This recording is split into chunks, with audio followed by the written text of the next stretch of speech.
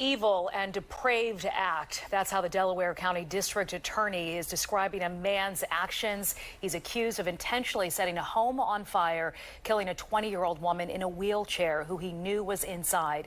Good evening, I'm Sheba Russell. I'm Jason Martinez. Now, investigators said it was all to retaliate against the woman's sister, his ex-girlfriend, who previously broke up with him. Kelly, you spoke with this devastated mother.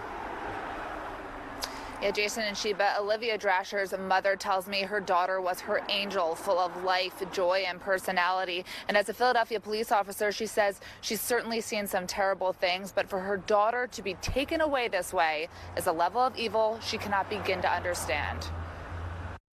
She's a baby, and she was my baby. Drasher's daughter, Olivia, was born with a broken body and a bright light that far outshined her disability. Diagnosed with spastic cerebral palsy and nonverbal, but her expressions said more than enough.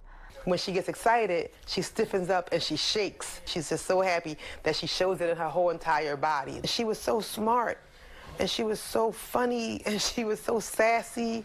She had so much personality. This is, again, one of the most evil, depraved acts we've seen here in this part of Delaware County and, frankly, in my law enforcement career. The Delaware County District Attorney says they charged 30-year-old Aaron Clark with Olivia's murder and other charges for intentionally setting the Drashers' home on fire early Sunday morning on Sharon Avenue. While Olivia, her nurse, mom, and twin sister were asleep, her nurse was hospitalized for burns she received while trying to get Olivia out. All I could do was scream. I couldn't do anything. The DA says Olivia's older sister, who was not home at the time, ended a relationship with Clark. Roughly 6 hours before the fire, investigators say she notified the U.S. Postal Service, where they both worked, and Darby police that Clark physically assaulted her and sent her threatening text messages. This is all about intimate partner violence, and it's been taken to the highest degree possible. He's a demon. He's a monster. Investigators say Clark was taken into custody by 7 a.m. Sunday morning and hid an Apple Watch in his rectum so he could continue to threaten the Drashers through text in his cell. He was also charged with assaulting officers when they tried to confiscate the watch. Drina, a Philadelphia police officer, says Clark just spent Thanksgiving at their house with her family.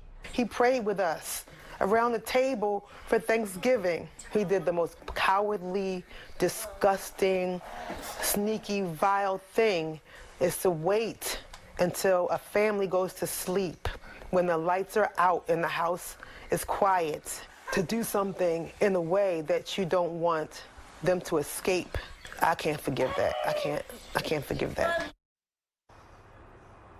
Now, GoFundMe has been set up for the family, and 2 local fire companies have stepped up to collect donations. We will have information on how you can help on fox29.com.